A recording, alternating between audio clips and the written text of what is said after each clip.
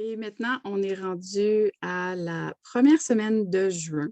Qu'est-ce qu'on fait au jardin cette semaine? Eh bien, on continue, premièrement, on continue de semer. Alors, on a déjà supposément commencé les carottes. Et donc, on est rendu maintenant à continuer de semer nos carottes. Puis, comme mentionné plus tôt, garder ça très humide. Et ensuite, on sème la deuxième partie des haricots.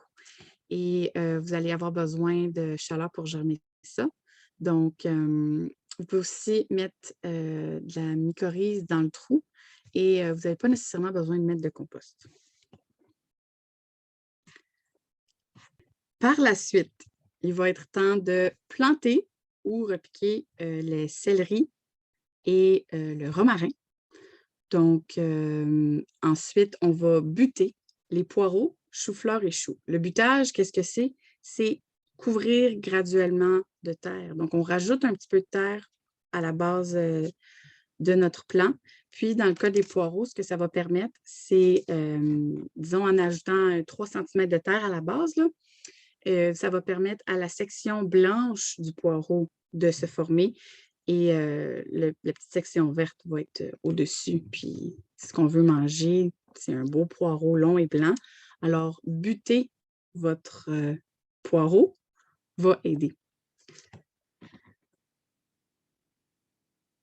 Puis, dans le cas des choux-fleurs, c'est parce que les racines sont fragiles et donc, il y a des racines en surface proches de votre plant de choux-fleurs et parce qu'elles sont sensibles aux changements dans le climat, il faut s'assurer de recouvrir la base et garder ces racines-là bien confortables.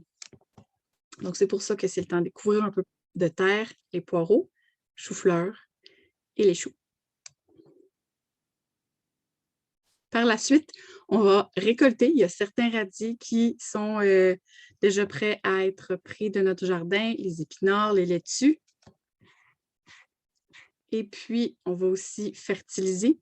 Donc, il y a des choux et des choux-fleurs qu'on va fertiliser à l'extérieur. Et à l'intérieur, on est en train de... Nos cocons et nos courgettes, c'est leur début. Donc, on les fertilise à l'intérieur, mais on a déjà commencé à les acclimater. Donc, les cocombes, les courgettes, on continue de les sortir dehors, les rentrer, les habituer au nouveau climat. Les tomates aussi, on continue d'acclimater, les poivrons et le basilic. Puis, par la suite, on va vérifier les vers gris sur nos haricots, les insectes, la péride des choux. Donc, la péride des choux, c'est un petit papillon donc, qui va grignoter nos choux et leurs feuilles et on ne veut pas ça. Donc, vous pouvez utiliser des toiles anti-insectes. Et on a aussi d'autres petits insectes et maladies au jardin à surveiller.